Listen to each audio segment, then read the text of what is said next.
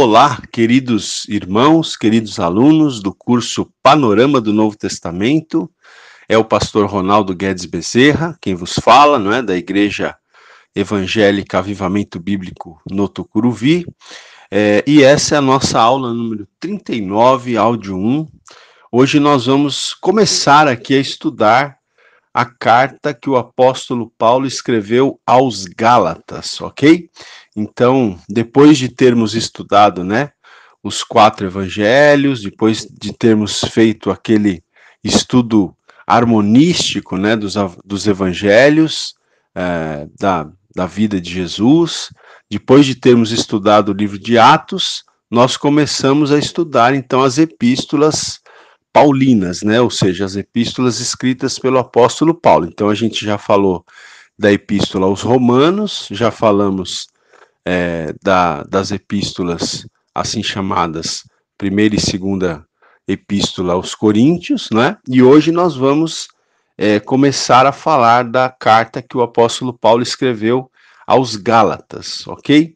Então, gente, eu vou, como base aqui desse nosso estudo, pelo menos aqui nessa parte introdutória, eu quero ler aqui algumas partes, né, que o Robert Gundry escreveu sobre esse assunto, sobre essa epístola, e aqui então ele já começa dizendo que a epístola de Paulo aos Gálatas diz respeito à controvérsia judaizante, não é? Então, o que motivou o apóstolo Paulo a escrever essa carta era uma controvérsia judaizante que estava ocorrendo ali naqueles dias. Então, o que acontece, gente? Você tinha um grupo de cristãos, né? Na verdade, olha, como diz aqui o Robert Gundry, os primeiros cristãos, por serem judeus, em grande medida, continuaram a viver segundo seus moldes judaicos, tá? Então, a maioria das pessoas que se converteu a princípio, né, na igreja primitiva, eles eram judeus, na sua maioria a princípio, né? Lembra-se que lá no dia de Pentecostes, quando o apóstolo Pedro pregou e quase 3.000 almas se converteram, né? A maioria ali era de judeus, a maioria esmagadora. Depois, nos dias seguintes, quando as pessoas foram se convertendo ali em Jerusalém, ainda, né, a maioria esmagadora das pessoas que se convertiam eram pessoas da raça dos judeus, né? Eram pessoas que compunham o povo judeu, tá certo? Então, o que acontece? Esses primeiros cristãos, por serem judeus, a maioria deles continua a viver segundo os seus moldes judaicos, segundo os seus costumes judaicos, tá? Então eles aceitaram a Cristo, eles reconheceram que Jesus era o Messias, que havia sido prometido ali nas páginas do Velho Testamento, tá? Eles aceitaram Jesus, os primeiros cristãos judeus, eles aceitaram a Jesus, eles acreditaram que Jesus era o Messias, no entanto, eles continuaram a viver segundo os seus moldes, os seus costumes judaicos. Ou seja, eles continuavam frequentando a sinagoga, eles continuavam frequentando o templo de Jerusalém, que eram símbolos do judaísmo, no caso, tanto a sinagoga quanto o templo. Eles continuavam oferecendo holocaustos, né? Eles continuavam oferecendo aqueles sacrifícios que haviam sido assim estabelecidos, né, na lei mosaica, na lei de Moisés. Eles continuavam observando os rituais da lei do Antigo Testamento, eles continuavam mantendo, né, aqueles tabus dietéticos, diz aqui o Robert Gundry, ou seja, eles continuavam se abstendo daqueles alimentos que a lei de Moisés dizia que eles deveriam se abster, né? Eles continuavam se mantendo socialmente distantes dos gentios, porque os judeus, eles não se associavam aos não-judeus, né? Ou seja, eles não se associavam aos gentios, né? Então, essa era a situação. Mas, veja bem, com Com o tempo, Deus foi mostrando ali para a igreja primitiva que Jesus não tinha vindo só para os judeus, que o evangelho também era para os não-judeus, que o evangelho também era para os gentios, né? Lembrando que essa palavra gentio significa não-judeu, né? Ou seja, pessoas que eram de outras raças que não a raça judaica. Então, com o tempo foi se entendendo, né? Deus foi mostrando ali. Vocês se lembram? A gente falou disso lá quando a gente estudou o livro de Atos, né? Até que Pedro foi pregar lá na casa de Cornélio, que era um gentio, e que as pessoas ali se converteram. Depois, os líderes da igreja de Jerusalém chamaram Pedro para dar explicações por que é que ele tinha entrado na casa de um gentio e pregado o evangelho.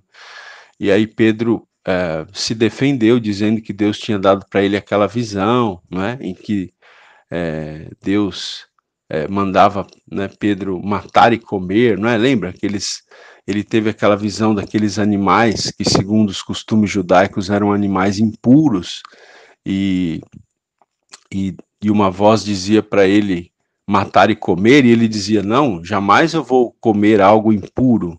E aí Deus dizia para ele, não considere impuro aquilo que Deus purificou, né? E aí, logo depois que ele teve essa visão, chegaram lá chegaram os enviados de Cornélio, pedindo que Pedro fosse até a casa de Cornélio, que era um gentio, ou seja, era um não-judeu, e Pedro foi, e ele pregou a palavra, e as pessoas creram, e elas foram batizadas. Então, com o tempo, Deus foi mostrando que a salvação em Cristo não era um privilégio exclusivo só do povo judeu, mas que Jesus havia vindo, havia morrido para a redenção, para a salvação de todos aqueles que crescem em Jesus, independente da raça, independente de serem judeus ou não judeus, né? E isso também se confirmou com o ministério do apóstolo Paulo, né? Porque o apóstolo Paulo também, ele até entendeu que Deus tinha chamado ele para exercer o ministério dele entre os gentios, ou seja, entre os não-judeus. E o apóstolo Paulo começou a plantar, né, igrejas em lugares gentílicos, em cidades gentílicas, onde as pessoas que se converteram, muitas delas, ou talvez a maioria delas, não eram judeus, né? Então, começa a surgir essa questão, né?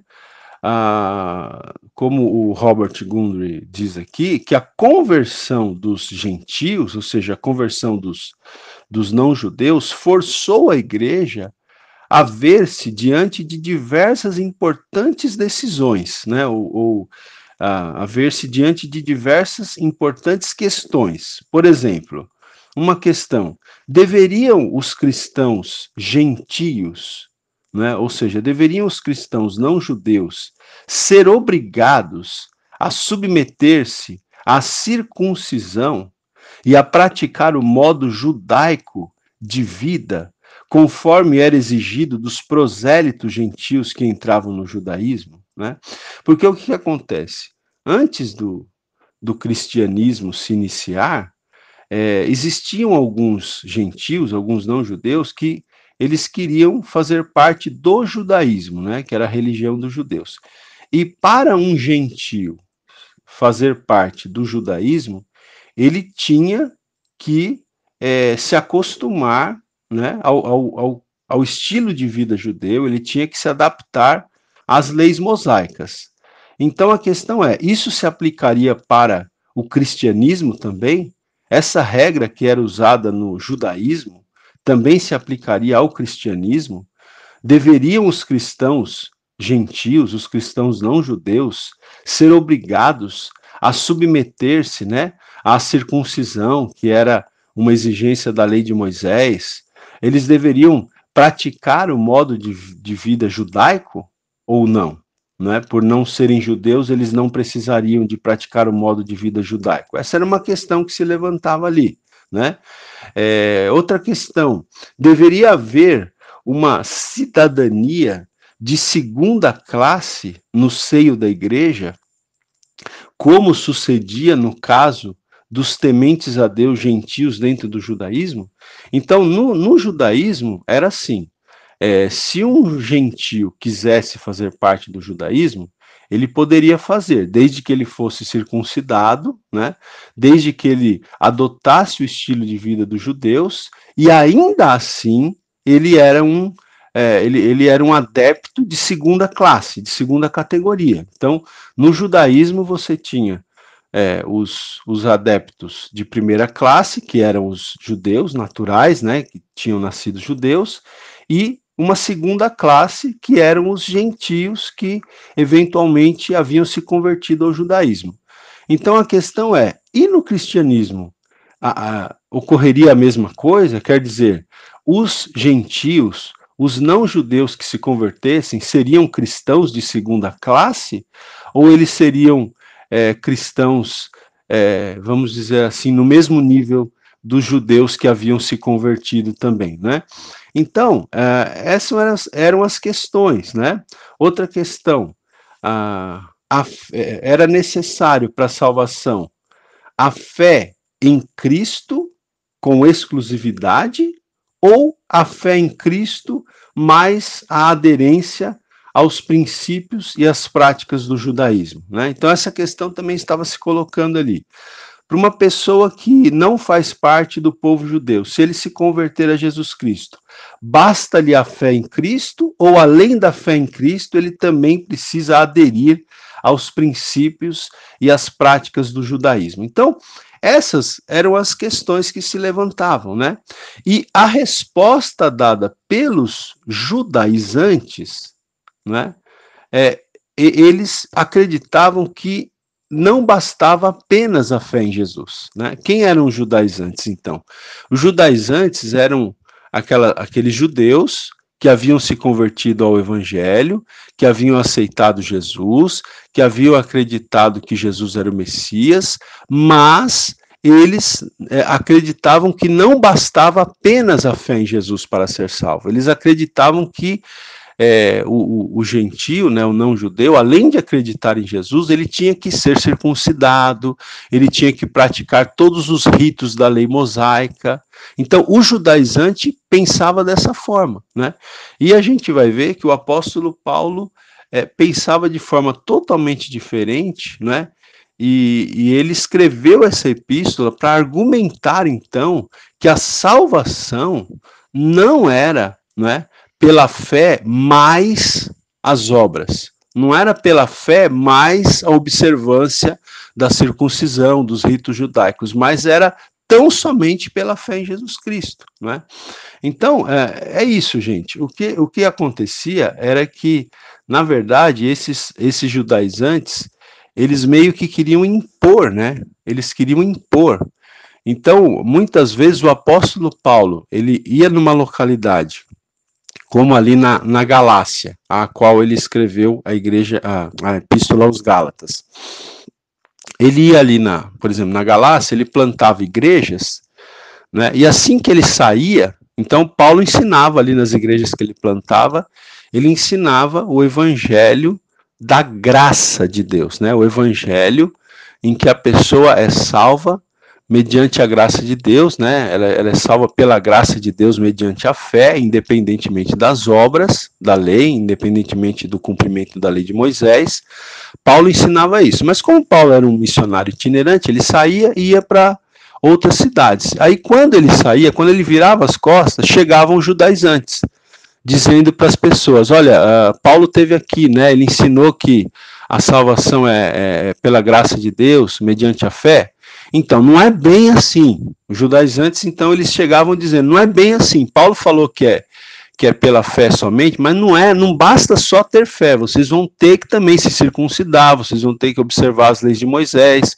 Então, esse era o contexto, né, que estava acontecendo, e o apóstolo Paulo, ele ficou muito, assim, vamos dizer, ele escreveu essa carta com muita energia, né, combatendo, contestando os Gálatas, por eles terem dado ouvido aos judaizantes. Então esse é o contexto da carta aos Gálatas. Paulo escreve, né, de forma muito enérgica, contestando os Gálatas por eles terem dado ouvidos aos judaizantes que ensinavam a salvação pela fé, mas também pelas obras, pelo cumprimento das obras.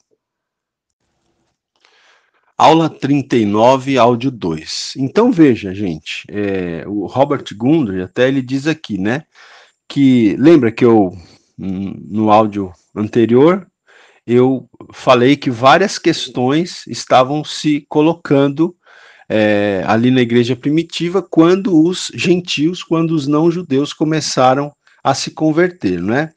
Então, veja, as respostas dadas pelos judaizantes insistiam sobre os moldes judaicos como algo necessário para os cristãos. Então, os judaizantes, eles insistiam que além da fé em Jesus, os gentios teriam que praticamente se tornar judeus, né? Para serem salvos, os judaizantes insistiam que para serem salvos, para obterem a salvação, os não-judeus, além de aceitarem Jesus, teriam que se tornar judeus, teriam que ser circuncidados, teriam que andar de acordo com a lei de Moisés.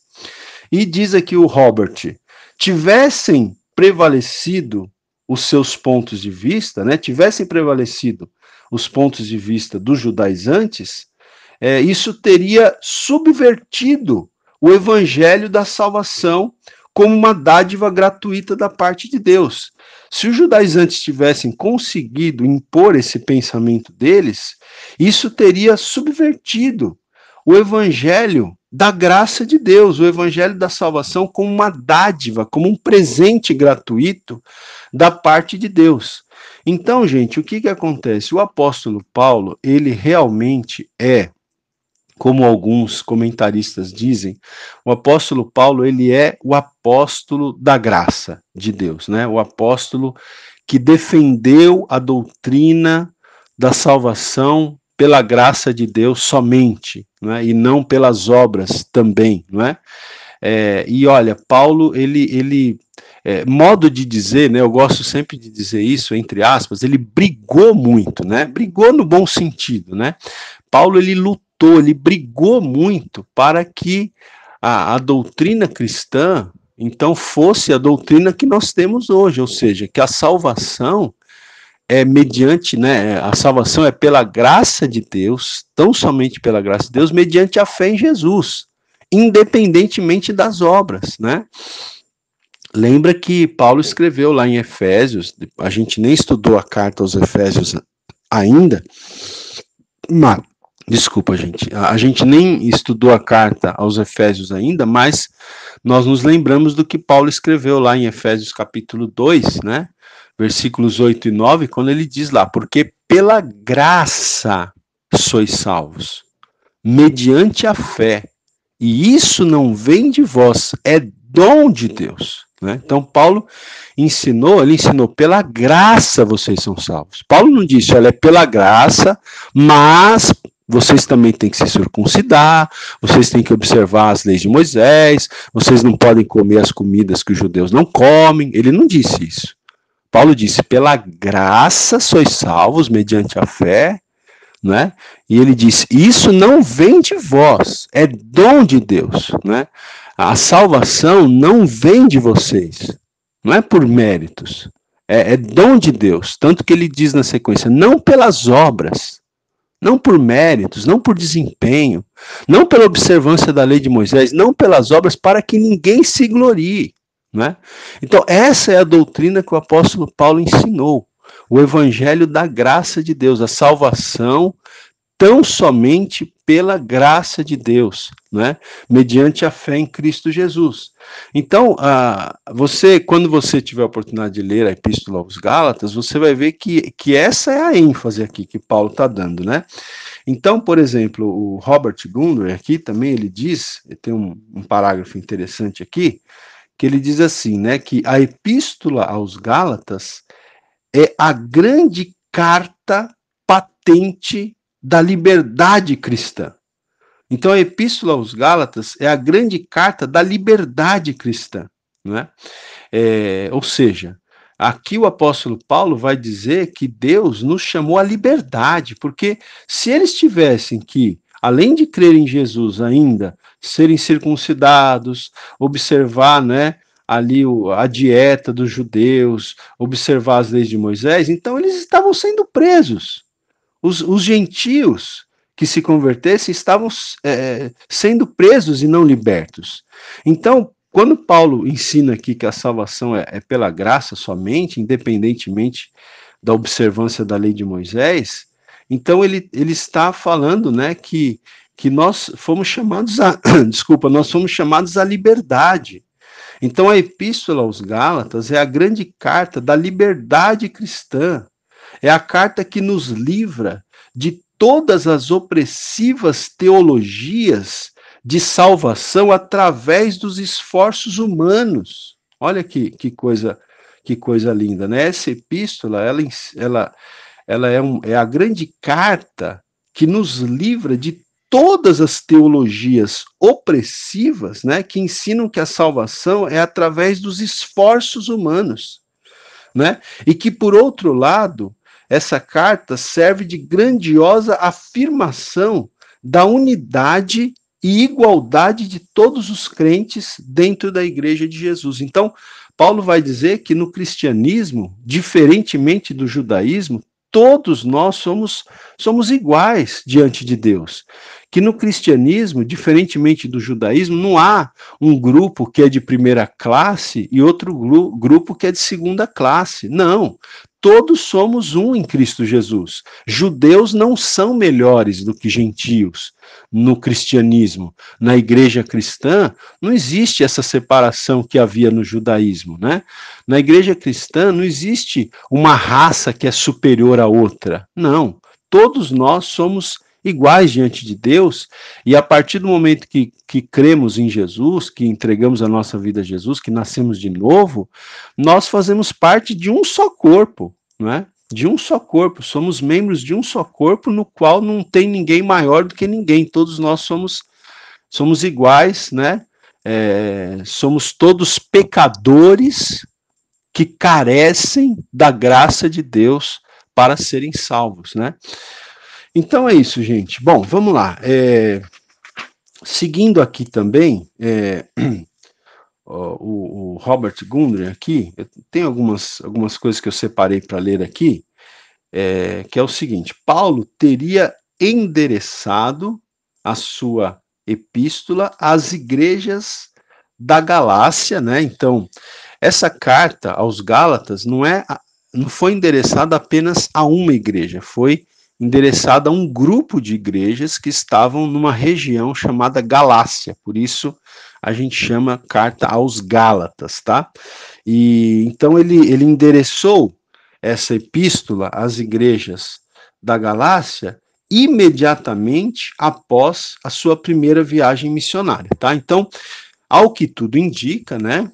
Existem várias teorias sobre o assunto, o Robert Gundry até ele aborda todas elas aqui, mas a que ele mais entende ser a mais plausível, né, a mais provável, é essa, de que Paulo ele escreveu essa carta aos Gálatas logo depois, imediatamente depois que ele terminou a sua primeira viagem missionária, antes do Concílio de Jerusalém, porque vocês se lembram que quando nós estudamos o livro de Atos, a gente falou que teve um concílio lá em Jerusalém, até justamente para debater essa questão, né?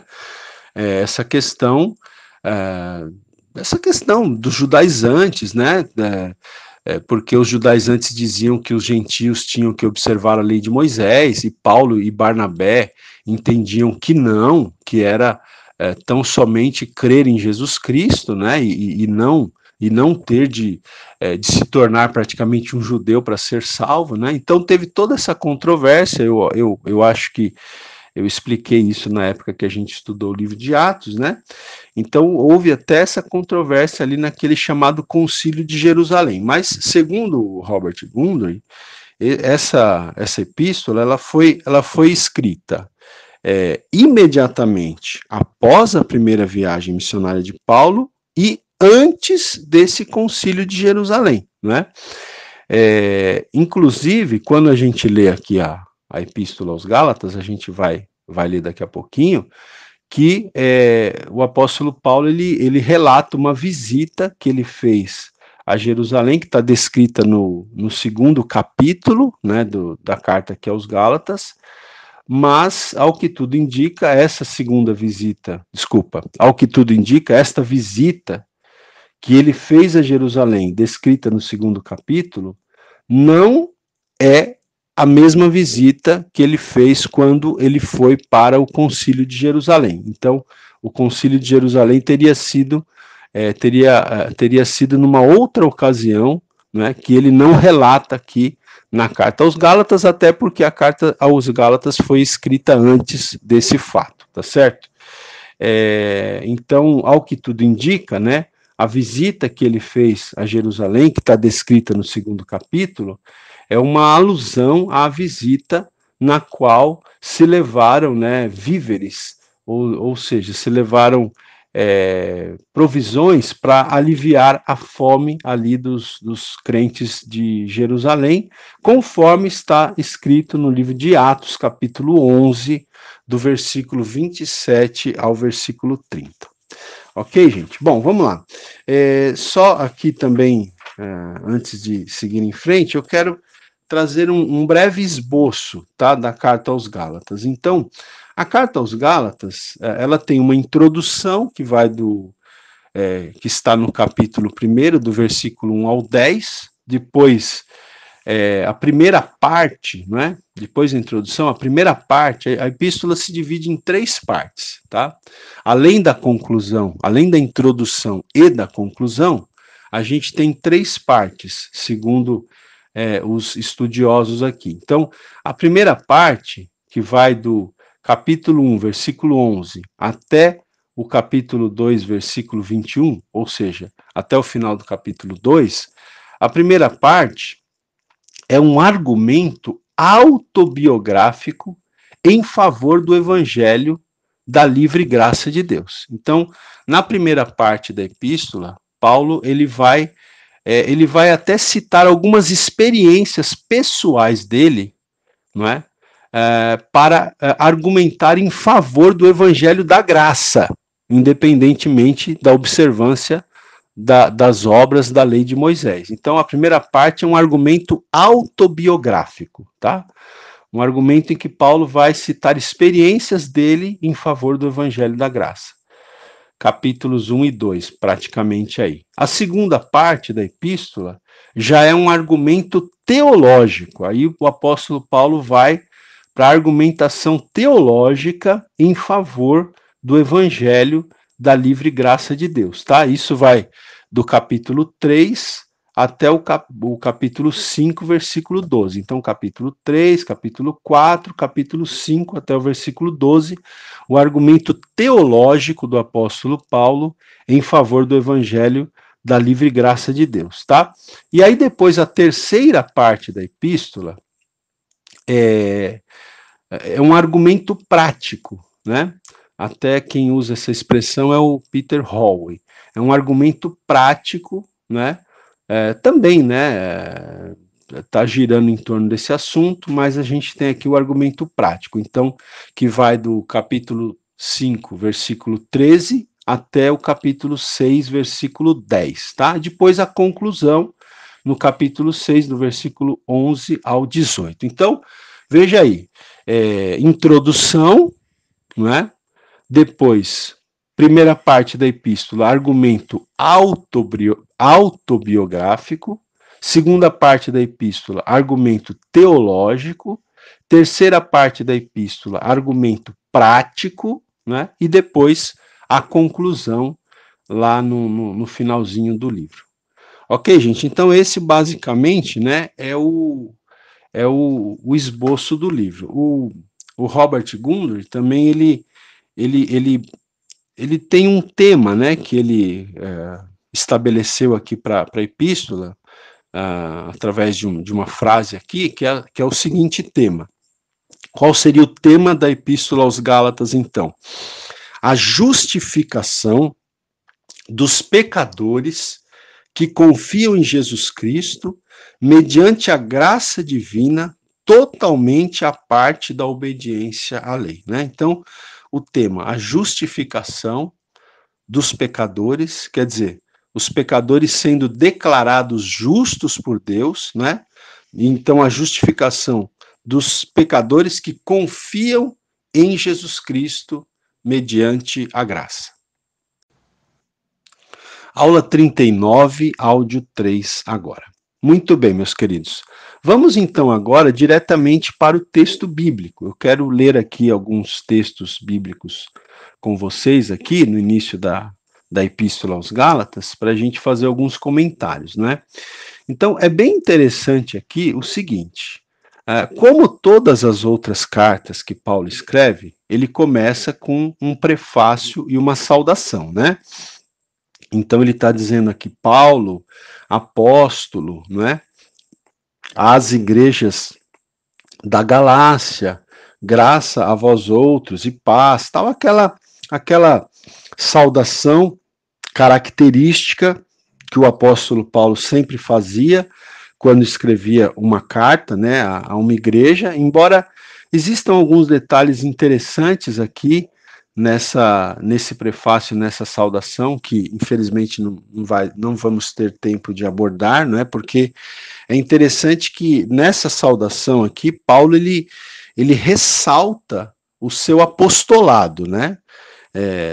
Ele diz aqui, Paulo apóstolo, não da parte de homens, nem por intermédio de homem algum, mas por Jesus Cristo e por Deus Pai, que o ressuscitou dentre os mortos. Então, ele está querendo estabelecer firmemente a sua autoridade, né? Ele está ressaltando o seu apostolado, ele está estabelecendo a sua autoridade em contraposição aos judaizantes, porque já na sequência ele vai falar contra os judaizantes, não é?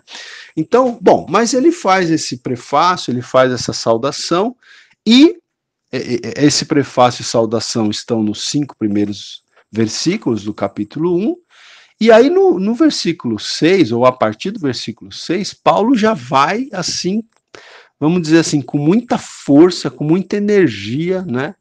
Ele já vai exortar, mas exortar com muita firmeza mesmo ali a igreja aos Gálatas. Então ele já começa assim, ó, ele saúda, ele faz o prefácio, a saudação, e já começa dizendo o seguinte no versículo 6: admira-me que estejais passando tão depressa daquele que vos chamou na graça de Cristo para outro evangelho, o qual não é outro, senão que há alguns que vos perturbam e querem perverter o evangelho de Cristo, né? Então, veja que Paulo ele entra com muita firmeza, ele está dizendo aqui, eu estou admirado, né? Eu vou aqui parafrasear com as minhas palavras. Ele diz assim, eu estou admirado que vocês estejam tão depressa passando daquele que vos chamou na graça para outro evangelho. Então veja que Paulo chama o evangelho que os judaizantes ensinavam de outro evangelho. Aquele evangelho que dizia que não bastava apenas a fé em Jesus Cristo, né, que era como se dissesse que a graça de Deus não era suficiente, que as obras também seriam necessárias. Então Paulo chama esse de outro evangelho. Aí no versículo 7 ele diz, o qual não é outro, senão que há alguns que vos perturbam. Quem é que estava perturbando os Gálatas ali? Eram os judaizantes, né, que vinham dizer que Paulo estava errado, que Paulo estava ensinando que a salvação era tão somente pela graça, mas que não era bem assim, que além da graça, além da fé em Jesus, seria necessário a observância da lei de Moisés, seria necessário se circuncidar e etc. Então Paulo está falando aqui que essas pessoas estavam perturbando ali os Gálatas. E diz aqui, e querem, né, esses judaizantes querem perverter o evangelho de Cristo. Agora, olha o que o apóstolo Paulo diz na sequência. Ele diz assim, mas ainda que nós, ou mesmo um anjo vindo do céu, vos pregue evangelho que vá além do que vos temos pregado, seja anátema, ou seja, ele está dizendo, seja maldito, né? Aí no versículo 9 ele repete a mesma coisa, assim como já dissemos, e agora repito, se alguém vos prega evangelho que vá além daquele que recebestes, seja anátema, ou seja, seja maldito. Né? Então Paulo está falando aqui, ele está falando para os Gálatas o seguinte, ainda que eu, o apóstolo Paulo, chegasse aí e pregasse para vocês diferente do que eu ensinei para vocês, que eu seja maldito. Ainda que eu, aí ele diz até, ainda que um anjo do céu, ainda que um anjo vindo do céu, fale para vocês, ou pregue para vocês um evangelho diferente do que eu anunciei para vocês, que seja maldito, né? E qual era o evangelho que o apóstolo Paulo tinha pregado para eles? O evangelho que ensina que a salvação é pela graça de Deus, mediante a fé em Jesus Cristo, né? É pela graça de Deus tão somente, independentemente das obras, independentemente dos méritos pessoais, independentemente do cumprimento da lei de Moisés, independentemente do desempenho pessoal, não é? Irmãos, isso é libertador. O evangelho da graça de Deus, ele é libertador. Imagina se eu e você tivéssemos que ser salvos por nossos méritos. Imagina se eu e você tivéssemos que ser salvos pela observância meticulosa da lei de Moisés, que é super detalhada. Imagina se eu e você tivéssemos que ser salvos pelos nossos méritos, pelo nosso desempenho pessoal, nós estaríamos perdidos, porque nós somos falhos, nós somos pecadores, por mais que nós busquemos, né, agradar a Deus, nós ainda somos extremamente falhos e pecadores. Então, se a salvação não fosse pela graça, meu irmão, todos nós estaríamos perdidos, todos nós estaríamos, acho que não é exagero dizer, todos nós estaríamos no inferno, entendeu? Mas louvado seja Deus, porque a salvação que nós temos em Cristo Jesus não é pelas obras, não é pelos méritos, não é pelo desempenho pessoal, não é pela observância da lei de Moisés, é tão somente pela graça de Deus, mediante a fé em Jesus Cristo, né? É claro que, como a gente estudou a Epístola aos Romanos, isso não nos deve levar a uma vida relaxada, não nos deve levar a uma vida sem compromisso com Deus, com a palavra de Deus, não é? Muito pelo contrário, como a gente estudou lá. Lembra quando a gente estudou Romanos? O problema do homem é o pecado, a solução é a justificação, não é? Pela graça de Deus, mediante a fé em Jesus Cristo. E o resultado é a santificação. Aquele que entendeu, né, que a salvação é pela graça, independentemente dos méritos, não vai viver uma vida relaxada, vai viver uma vida de santificação, vai viver buscando se santificar, se separar para Deus, né? Mas não terá o peso de entender que tem que ter méritos, que tem que ter obras, que tem que ter desempenho para ser aceito por Deus. Não, a nossa aceitação diante de Deus é pela graça, é a graça. A salvação nos é concedida pela graça de Deus mediante a fé em Jesus Cristo, não é? Então, veja, eu vou seguir aqui no capítulo 1, versículo 10, Paulo diz assim: porventura procuro eu agora o favor dos homens ou o de Deus? Ou procuro agradar a homens? Se agradasse ainda a homens, não seria servo de Cristo, não é? Então ele está dizendo aqui que ao ensinar o evangelho da graça de Deus, ele não está querendo agradar a homens, né? Se ele quisesse ficar bem com os judaizantes, se ele quisesse ter cartaz entre os judaizantes, né, que eram pessoas até que tinham prestígio na igreja de Jerusalém, se ele quisesse ficar bem com esse pessoal, então ele ia ensinar também a salvação mediante a fé mais as obras. Mas ele não. O objetivo de Paulo não era agradar aos homens, era agradar a Deus, né? Então ele ensinava aquilo que Deus queria que ele ensinasse, ou seja, que a salvação é pela graça de Deus, mediante a fé em Jesus, independentemente das obras, né, independentemente do desempenho pessoal, do mérito pessoal. Versículo 11, ele diz assim: faço-vos, porém, saber, irmãos, que o evangelho por mim anunciado não é segundo o homem, porque eu não o recebi, nem o aprendi de homem algum, mas mediante revelação de Jesus Cristo. Né? Então ele diz que esse evangelho que ele pregava, o evangelho da graça de Deus, ele não tinha recebido de nenhum homem, mas ele tinha recebido diretamente do Senhor Jesus Cristo, né? Mediante uma revelação. E ele continua aqui dizendo, versículo 12, né? Desculpa, versículo 13, ele diz assim: porque ouvistes qual foi o meu proceder outrora no judaísmo, como sobremaneira perseguia eu a igreja de Deus e a devastava. E na minha nação, quanto ao judaísmo, avantajava-me a muitos da minha idade, sendo extremamente zeloso das tradições de meus pais.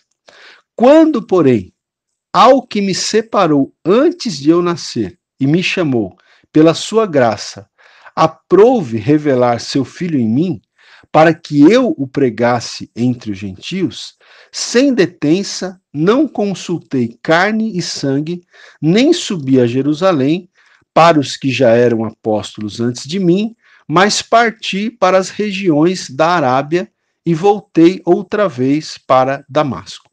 Então, enfim, basicamente nesse trecho aqui, o apóstolo Paulo está falando, né, que ele que o evangelho da graça de Deus que ele pregava, né, não era um evangelho segundo o homem, que ele não tinha recebido esse evangelho nem aprendido de homem algum, mas mediante uma revelação que ele havia recebido do Senhor Jesus Cristo, né? E ainda aqui no finalzinho do capítulo 1, ele vai dizer ainda, né, que ele esteve em Jerusalém, né? Ele relata aqui na carta aos Gálatas, ele relata duas visitas dele em Jerusalém, não é? Mas nenhuma dessas duas se refere, segundo muitos estudiosos do Novo Testamento, nenhuma dessas duas visitas se refere àquela em que ele foi para o concílio de Jerusalém, relatada lá em Atos capítulo 15, né? Aquela teria sido uma ocasião posterior, né, a essas duas visitas que ele relata que ele fez aqui à cidade de Jerusalém. Mas aqui, ó, no final do capítulo 1, ele diz assim: decorridos 3 anos, né, então subi a Jerusalém para avistar-me com Cefas, aqui é uma referência ao apóstolo Pedro, e permaneci com ele 15 dias, e não vi outro dos apóstolos, senão Tiago, o irmão do Senhor.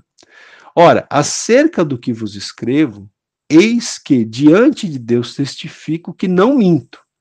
Depois fui para as regiões da Síria e da Cilícia, e não era conhecido de vista das igrejas da Judéia, que estavam em Cristo. Ouviam somente dizer: aquele que antes nos perseguia, agora prega a fé que outrora procurava destruir, e glorificavam a Deus a meu respeito. Então, meus amados irmãos, veja, aqui basicamente o que nós temos aqui, né, nesse primeiro capítulo, é que Paulo, conforme diz aqui o Robert Gundry também, Paulo assegura que o evangelho da livre graça lhe fora dado por revelação direta da parte de Jesus Cristo, não é? Esse evangelho que ele pregava não poderia ter se originado em seus dias passados, não é? Porque ele fora um judeu zeloso da sua religião, não é? Ou seja, no passado, Paulo era um fariseu. Né? No passado, antes de se converter, Paulo acreditava que para ser justificado diante de Deus era necessário cumprir a lei de Moisés. Né? Paulo, antes de se converter, ele defendia basicamente o que os judaizantes defendiam. Né? Então, ele está argumentando aqui que esse evangelho que ele prega agora, o evangelho da graça de Deus, não poderia ter se originado em seus dias passados. Por quê? Porque ele tinha sido um judeu zeloso da sua religião, né? E também ele argumenta que ele não tinha recebido esse evangelho que ele pregava, o evangelho da graça, dos apóstolos que estavam em Jerusalém, mas que ele havia recebido, né, diretamente do Senhor Jesus Cristo, mediante uma revelação, né, que Jesus Cristo então fez para o apóstolo Paulo. Ok, queridos?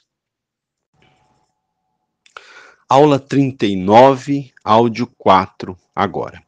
Muito bem, queridos. Aqui no capítulo 2 de Gálatas, Paulo, ele relata algumas experiências pessoais que ele teve, através das quais ele defendeu, né, aquilo em que ele acreditava, aquilo que Jesus tinha revelado para ele, ou seja, que a salvação era pela graça de Deus, mediante a fé em Jesus Cristo, né, pela graça somente, independentemente do cumprimento da lei de Moisés.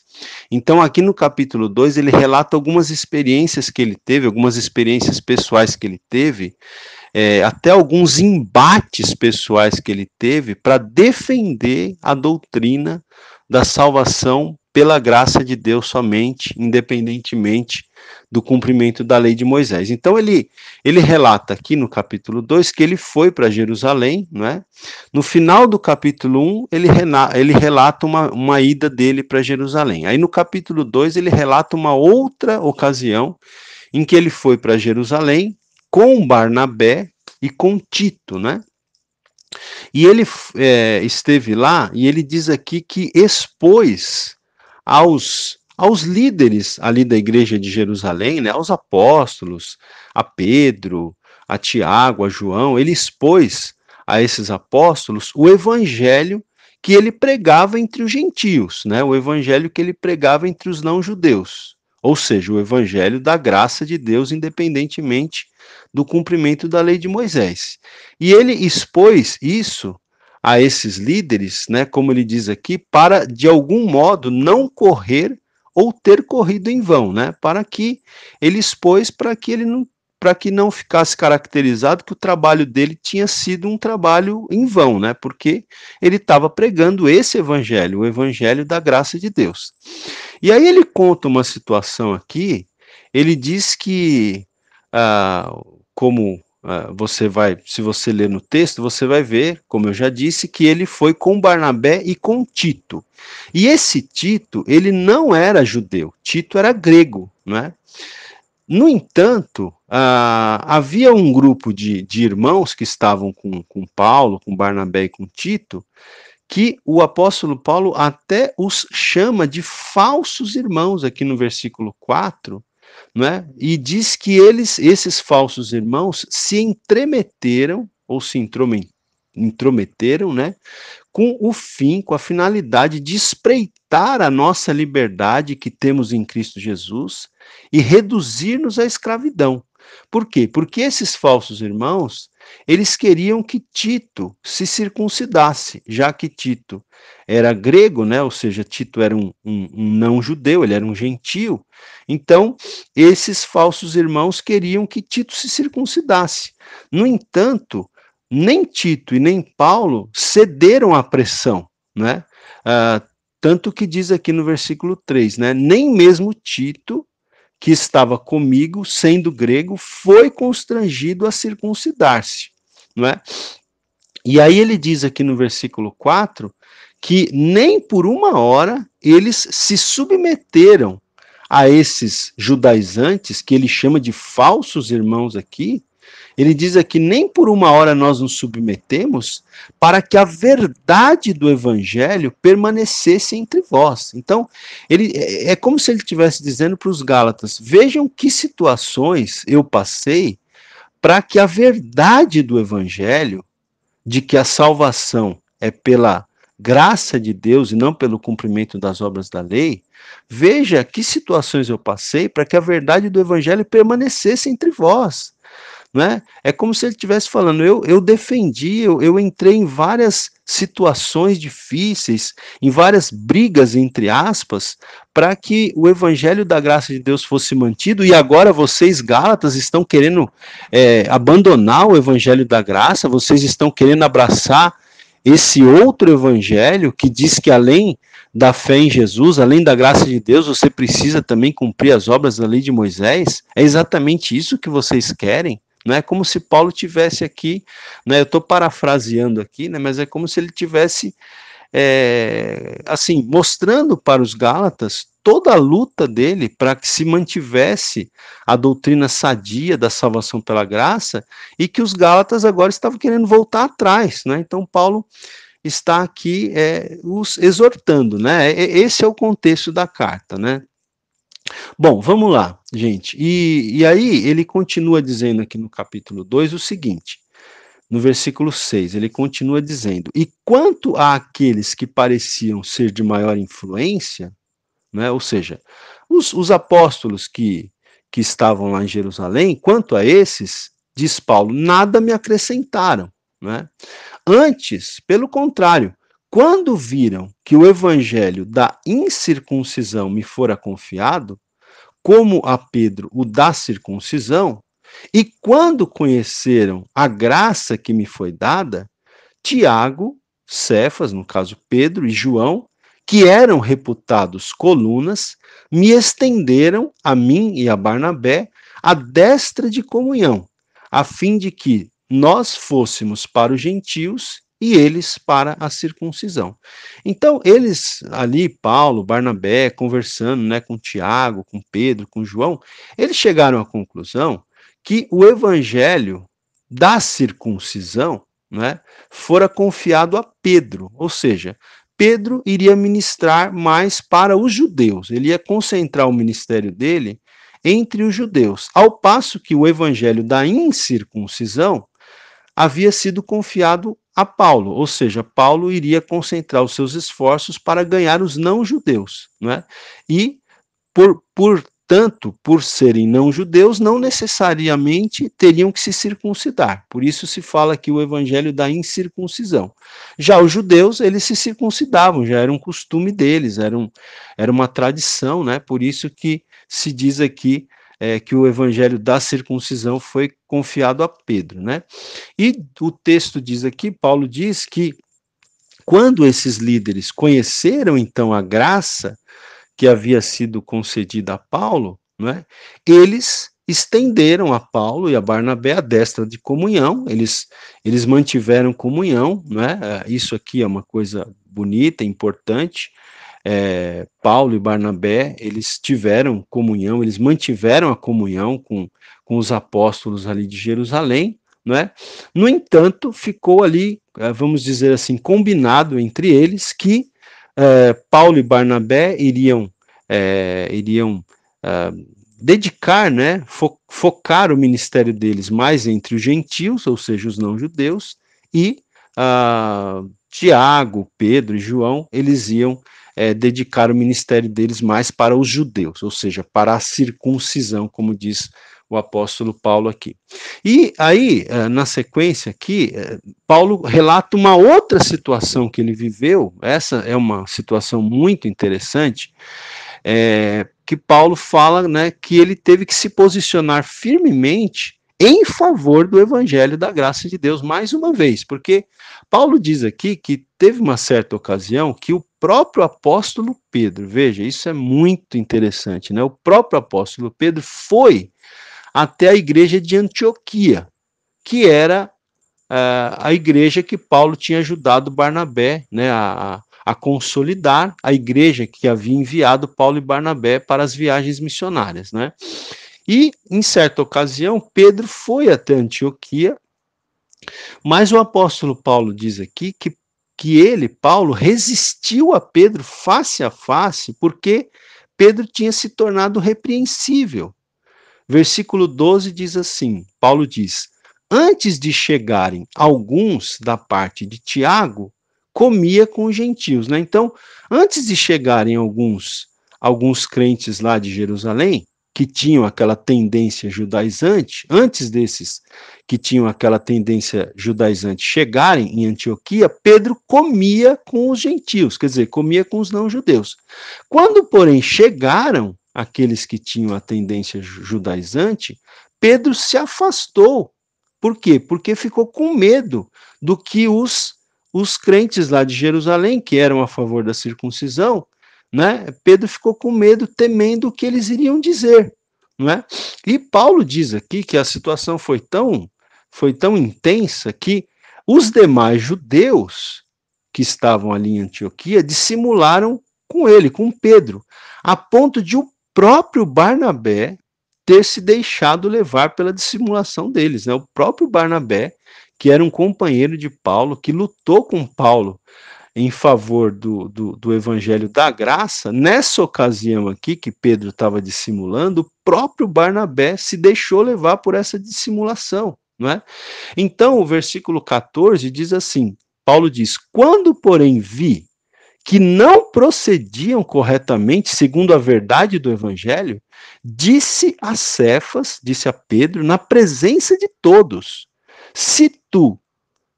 melhor dizendo, se sendo tu judeu, vives como gentio e não como judeu, por que obrigas os gentios a viverem como judeus, né? Então, Paulo, ele relata uma situação aqui que na presença de todos, ele repreendeu o apóstolo Pedro, olha que situação, né? O apóstolo Paulo repreendeu em público o apóstolo Pedro, porque o apóstolo Pedro estava se tornando repreensível, né? E Paulo disse aqui para ele, se você, Pedro, sendo judeu, você vive como um não-judeu, não é? Por que você obriga os gentios, os não-judeus, a viverem como judeus? Não está certo o que você está fazendo, né? Então, Paulo repreende aqui o apóstolo Pedro em público, né? Então, veja, é mais uma situação que Paulo está falando, que ele enfrentou, mais uma batalha, mais uma luta, mais uma situação constrangedora. Veja, Paulo teve que confrontar o apóstolo Pedro, não era pouca coisa. E ele o fez para quê? Para manter intacto o evangelho da graça de Deus, o evangelho que diz que a salvação é pela graça de Deus, tão somente, independentemente do cumprimento da lei de Moisés. Então é como se Paulo estivesse falando para os Gálatas, olha as coisas que eu tive que enfrentar, olha as batalhas que eu enfrentei, para que esse evangelho da graça se mantivesse, para que a gente não caísse numa espécie de judaísmo, né? Para que o cristianismo não se tornasse apenas uma seita do judaísmo. Olha o que eu tive que enfrentar, e vocês agora estão querendo voltar atrás, é isso mesmo, né? Então, eu estou aqui tentando parafrasear o argumento de Paulo aqui na carta aos Gálatas, tá bom, gente? Mas, enfim, para terminar esse capítulo 2, então, Paulo ele diz aqui no versículo 16, olha, sabendo que o homem não é justificado, não é declarado justo, não é aceito por Deus, por obras da lei, e sim mediante a fé em Cristo Jesus. Também temos crido em Cristo Jesus para que fôssemos justificados pela fé em Cristo, e não por obras da lei, pois por obras da lei ninguém será justificado, né? Então, esse versículo 16 é muito interessante, eu peço que você leia depois com calma, porque Paulo enfatiza claramente aqui que nem um homem, nem judeu, nem gentio, né, nem judeu, nem não judeu, ninguém pode ser justificado, pode ser declarado justo, pode ser aceito diante de Deus por obras da lei, por méritos, por desempenho pessoal, por cumprimento da lei de Moisés. Não. A nossa salvação, a nossa justificação, a nossa aceitação de Deus se dá tão somente pela graça de Deus mediante a fé em Jesus, né? O versículo 16 do capítulo 2 enfatiza isso de forma muito, muito clara. E aí, o capítulo 2 termina com um texto lindíssimo, né? Que é muito conhecido, onde o apóstolo Paulo diz o seguinte: estou crucificado com Cristo. Né? É como se ele estivesse dizendo, o meu velho homem, a minha velha natureza pecaminosa foi crucificada com Cristo na cruz. Logo, diz ele no verso 20, já não sou eu quem vive, mas Cristo vive em mim. E esse viver que agora tenho na carne, né, ou seja, esse viver que eu tenho agora nesse corpo corruptível, eu vivo pela fé no Filho de Deus, que me amou e a si mesmo se entregou por mim. Versículo 21. Não anulo a graça de Deus. Paulo diz aqui, eu não anulo a graça de Deus. Pois se a justiça, Se a justificação é mediante a lei, segue-se que Cristo morreu em vão, né? Se o homem pode ser aceito por Deus, justificado por Deus pela lei, então de que serviu a morte de Cristo? É o que Paulo está argumentando aqui, né? E, como ele diz aqui, já não sou eu quem vive, mas Cristo vive em mim, não é? Cristo que me amou e a si mesmo se entregou por mim.